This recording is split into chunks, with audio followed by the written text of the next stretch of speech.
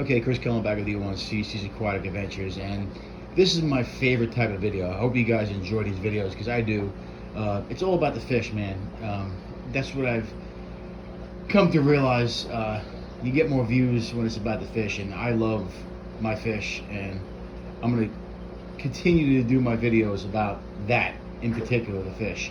As you can see in this tank, we made some changes. We took these scissor tail rasboras out. I did make a video on the 55 gallon the other day. I like the way they were swimming in there. As you can see, the scissor tail rasboras are kind of long and lanky. I just like the way they swim better in the 55 gallon as opposed to the 40. The 40 gallon, I'm pretty much going to keep all the smaller tetras in there, and the tetras that don't move a lot. The slow moving tetras like the Emperor tetras, which I actually added 3 to this tank. They're my favorite tetras. I've always had them since I've been in the hobby. They're just colorful, and the way they move, and they just are a better fish, or more versatile fish than most fish I've ever had. I mean, they can go in any type of tank. I've had them in 15 gallons and 10 gallons. I've had them in 55 gallons and 40 gallons, and they've always been successful for me, and they just make the tank look so much better because their colors. They got a little bit of a purplish tint to them, and they're peaceful, and they're just so fun to watch. And I'm very happy I added these fish. They were in quarantine. I got them out. As you can see, this guy down here has been in the tank a little bit. He's been in there for a while, and he's got pretty big. This guy here too in the front, which is very pretty, and it looks like his tails are more flowing. Got a little yellow to him too. Very pretty fish. I moved the scissor tail rasboras out of there so they have more room to swim. I wish I can get more growth out of the plants. I'm very happy with the water sprite on top. I've added some to other tanks in my fish room, but that will leave, once that grows in a little more, it'll add some more cover. Now, I did buy some more tetras at Petco. They were on sale. Buy 3, get 1 free. And whenever there's a sale on tetras, I try to take advantage of it. And that's what I did. I bought 4 red eye tetras yesterday. I actually got some coolie gloaches too. They're in quarantine. I don't know if you can see them down here. You can see them swimming down there. I got 3 of them. They were on sale, $2 a piece. I'm probably going to add those to either the 20 long or the 20 high. And as you can see, the red eye tetras I got, they're little guys.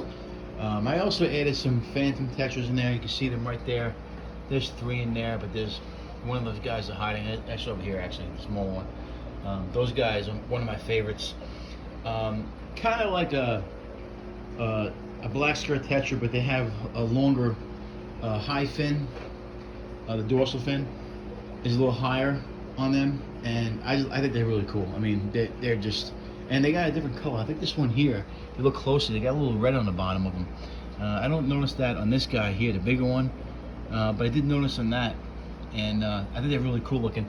They kind of look like serpent tetras too. I'm actually thinking about adding some serpent tetras in this tank, because just to add color. But I kind of like the colors of this tank, even though most of it is not very colorful, like as opposed to some of my other tanks that I have, like the guppies and the swordtails, and even like the Oscar tank. There's some color in there, but I like the way this tank looks with the plants, and I wanted to put the smaller tetras in there with the gourami. The gourami is so peaceful.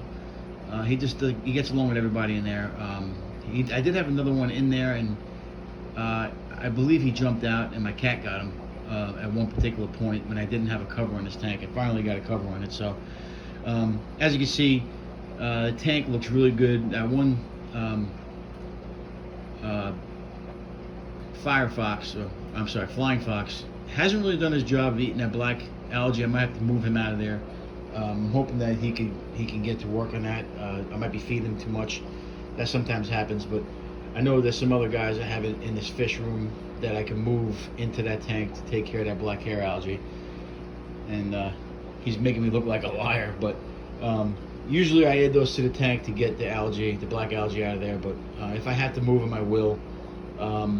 I may be doing some changes in this room, so I'm not going to move anything right now until I figure out what's going to happen with with this fish room. I'm not sure if I'm moving or not, or if I'm staying here. So, and we'll be doing videos on that as we go. But as for right now, I'm not going to really do anything and move stuff around too much if I don't have to.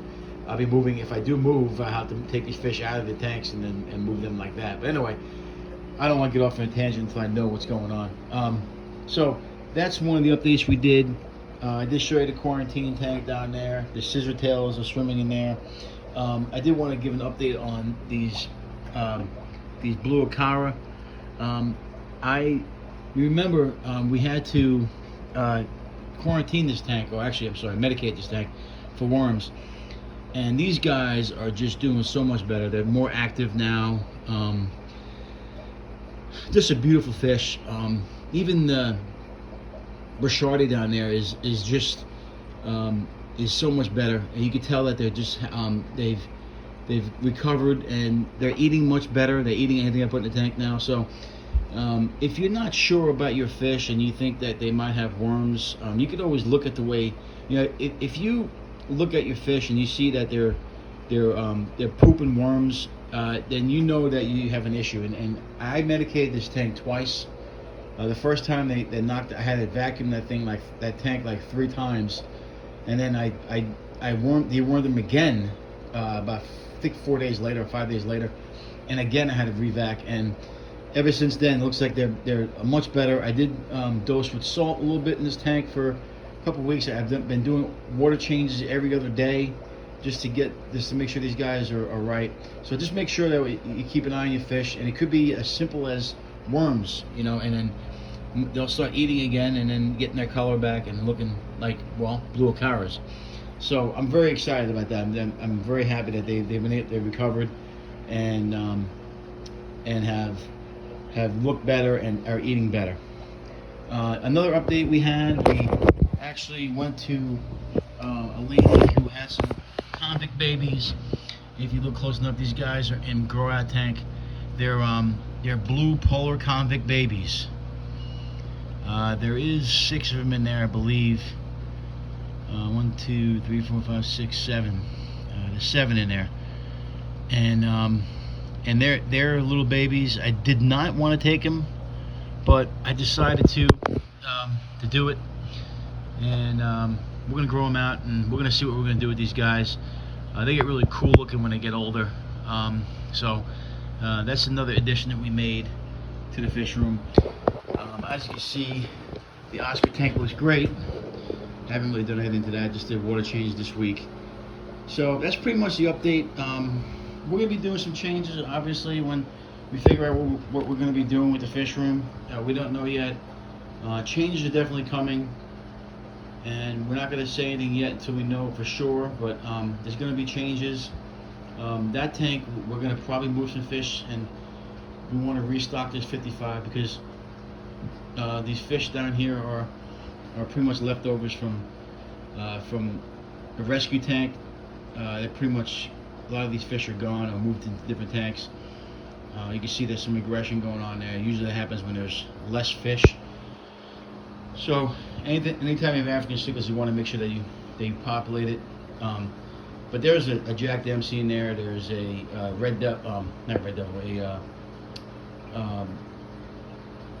there's a hap in there. There's Venistus. Obviously the Dempsey, the red-tailed shark, and there's a green terror, and then the rest of those guys are just a mix. You can see the pleco that's still in there. He hasn't really grown. That's the guy we rescued from the parking lot. Someone left a fish tank in the parking lot. He's still alive. As you can see, the angelfish look great. They think it's time to eat. Haven't really gotten much plant growth. If I do move, we're probably gonna be doing some changes to this tank. I'm thinking about getting rid of that substrate and then going all sand or black diamond blasting sand, which I've seen it on sale here recently. So we may do that. We may be downsizing tanks. I'm thinking I'm probably going to have to. Probably the 15 corner there. I'm probably gonna get rid of this tank here. I just won't have the room for it. So we'll see. If I do move, we'll be selling some of these tanks, but we're still gonna have fish. I know I mentioned that I was gonna get rid of the fish room, but that's not gonna happen. But we're still going to have fish. Whether I have 22 tanks still, I'm probably not going to be, but we are really thinking about moving. So if we do, we'll see. We will let you guys know what happens, and we'll keep you updated. Just getting back to the coolie loaches. If you guys want to recommend what tank I should put them in, either I'm thinking about putting them in the 20-gallon high. I do have 4 cories in there, or 5 cories in there. I'm sorry, one died. I would think that they do better in a 12-liter tank than the 20-gallon long. So I was thinking about putting them down there. I have cories in that tank, the top one. The bottom one I don't have any bottom feeders. I'm thinking about putting them in there. So let me know what you guys think, where I should put them. Put it down in the comments. Let me know, because I'm not sure what I want to do. I'm thinking I'm leaning towards the 20-gallon, because you know the 40 gallons are already stocked with cories down there. They're doing their job. You don't see them. There's about 12 cories in there, and then that tank down there has 5 cories. So we don't want to really take away from anybody's food, you know. So yeah, those are the changes. I hope you guys like it. I know some of you guys, including one YouTuber that I'm friends with here on YouTube. I know he loves the Emperor Tetras and the Tetras. I hope that that video and that tank looks good to you and intrigues you.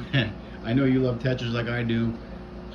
They're just, you know, they're just so easy, and they're so, especially these guys, they're just so versatile, man. Like I said, you can put them in any type of tank, and they'll succeed for you. Just be careful with these guys and overfeeding. You can't overfeed them, and you can cause a problem in their tank, and they may. So sometimes in the past I've had a problem with them getting bloat. So just be careful when you feed in the tank. I only feed my guys once a day, pinch a day. That's it. There's plenty of food in that tank for them to eat if you have a proper ecosystem like I do. Especially tanks with plants. If you have snails down there, you have plenty of food for them to eat. But like I said, those are the changes we made. Once I get the convicts out of, well, the convicts are going to be in the grow out. I'm not sure what I'm going to do with them. The coolie loaches, I'm not sure what tank I'm going to put them in. I definitely go in the 20-gallon. And of course we have the red Eye Tetras are going in the 40-gallon. And like I said, the convicts I'm not sure of, but those are the new fish we got. Emperor Tetras, I probably love to add, like, I don't know, 5 or 6 more, but I think I don't want to overstock this tank either. We just had this tank overstocked. Had a little bit of an issue with a little bit of an ammonia spike, so that's why I moved some fish out of here, and kind of put smaller fish in here, like this tank was intended to be. I moved these guys out of here, the scissor tail reservoirs, because I wanted to add some roseline sharks. With the new fish room that I may be doing, or I may be changing, I want to do another big tank, and I might just move the Baylor sharks and the silver dollars to a bigger tank, like a 125 or 150, or even put them in the tank with those Oscars, and I might just get another 125 and move the front toes and all the Africans out of there. That's my goal, and that's what I want to do if I do get this place. And we'll probably get a whole tank full of roseline sharks. I want to do like another 6 of them in there, and just keep them in there and probably add some rainbow fish, and keep the Colombians and the Buenos Aires Tetras. That's what I want to do. But if we do move, it's going to be a lot of work. But like I said, we'll film it. And one last thing before we cut out of here. Those are the Jaguars and the Firemouth. You can see. And there's the big blue polar Convict. He's in there being a big bully. But those guys look good. I lost one of them because I had to take him out of there because they were fighting each other. I put him in a quarantine with another Jaguar, and the other Jaguar killed him. So sometimes with sticklers, they drive you crazy, but unfortunately these guys have had a lot of issues with, if you don't have a proper sized tank, A lot of times they'll fight, and that's what happened here. But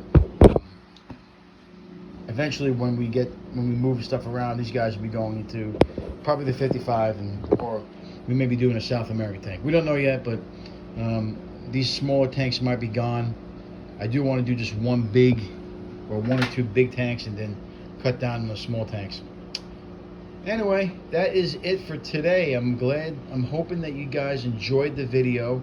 I know you guys enjoy the fish, and I'm very happy with the way this tank is. I think once we add the red Eye Tetras and maybe some Serpe Tetras, I'm not sure yet, just to add some more color, but I might just leave it at the red Eye Tetras, just not to overstock the tank. Anyway, till next time, remember, if you can't own them, rehome them, and hope you guys have a great day. Thanks. See ya.